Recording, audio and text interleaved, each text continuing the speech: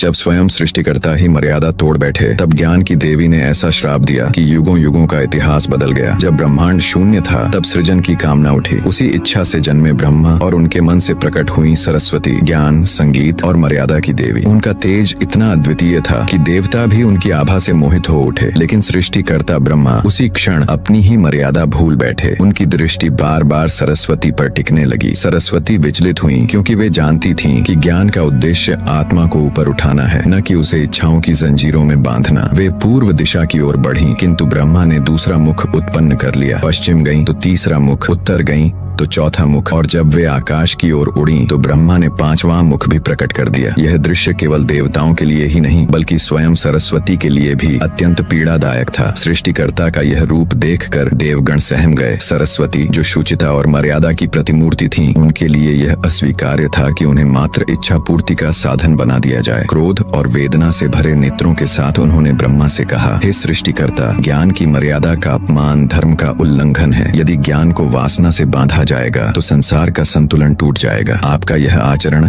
किसी भी प्रकार क्षमा योग्य नहीं है। इन शब्दों के साथ ही सरस्वती ने श्राप दिया, हे ब्रह्मा, आप सृष्टिकर्ता हो, पर आज से आपकी उपासना नहीं होगी। लोग देवी देवताओं की पूजा करेंगे पर आपके लिए कोई मंदिर नहीं बनेगा। आपके नाम का वंदन लोक से लुप्त हो जाएगा। श्राप सुनते ही संपूर्ण ब्रह्मांड मौन हो गया। ब्रह्मा निस्तब्ध रह गए और देवता सहम गए। कहा जाता है उसी श्राप के कारण आज भी ब्रह्मा के मंदिर नगण्य हैं और केवल पुष्कर में सीमित हैं, जबकि सरस्वती आज भी ज्ञान और मर्यादा की देवी के